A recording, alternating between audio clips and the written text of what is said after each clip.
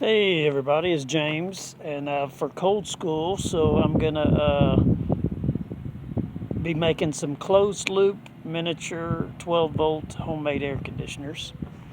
And I've got a couple of different containers and styles. I was working on this yesterday, this one here, and this is all really just rough draft. I just embedded the radiator in the side of the ice chest and put it in like that. And then originally everything was going to be just internal, and then just started cutting away and put this fan on the outside. I don't prefer to use PC fans because the air in the center, there's no air on any of them.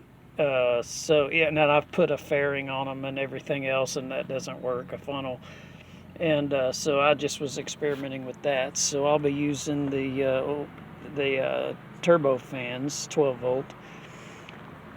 And so I'm experimenting with, I guess experimenting with larger coolers that are small enough to carry around. That's the objective. And different containers that I can get the surface space of this radiator here with 2 or 3 of these. And then for the closed loop, for the submerged radiator, under either using copper tubing or a radiator like this, or one of these, or even one of these.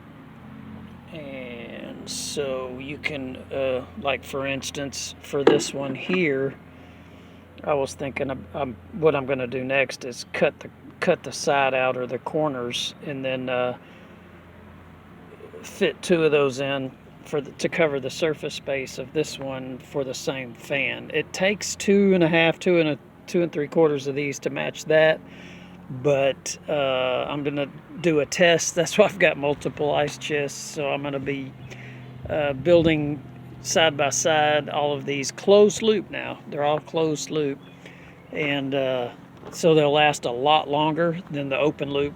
So what the closed loop means is when the water goes through the water pump, the 12 volt water pump, into the radiator and then circulates back, instead of the return water just going back into the ice, it'll be closed loop just like it is on your car, and it'll circulate through the submerged radiator or copper tubing and return back, and the water and the ice will never touch, because the water and the ice, when they touch, the reason the ice melts so fast is because there's a chemical reaction between the water, the molecular structure of the water touching the molecular structure of the ice. It's not the temperature of the water that's warmer than the ice, because I run 33, 35 degree ice water back into the ice, and it still melts the ice fast. It's the chemical reaction. And so I'm going to be doing closed loop. I did one last year and it worked perfect. And I don't know why I didn't really bear down and make a bunch. But so that's what I'll be focusing on, will be closed loop ice chest air conditioners, closed loop homemade air conditioners. And what these are for,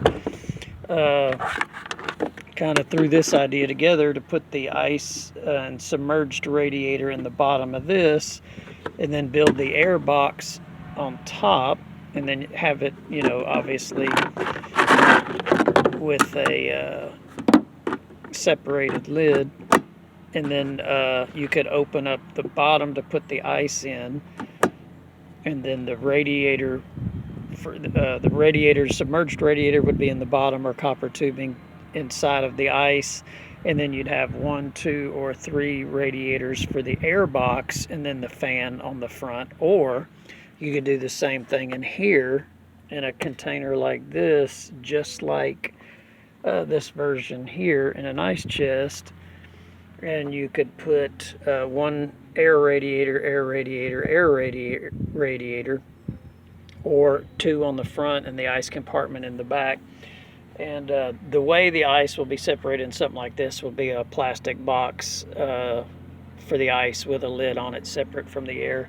And I actually was thinking about, with this larger radiator, possibly using radiator, ice chest, I'm sorry, and using the full-size radiator inside, and then having this radiator here or another one just like it submerged in ice, and you could divide it up and make it deeper. So I'm just experimenting. So these are going to be closed loops, so y'all get ready.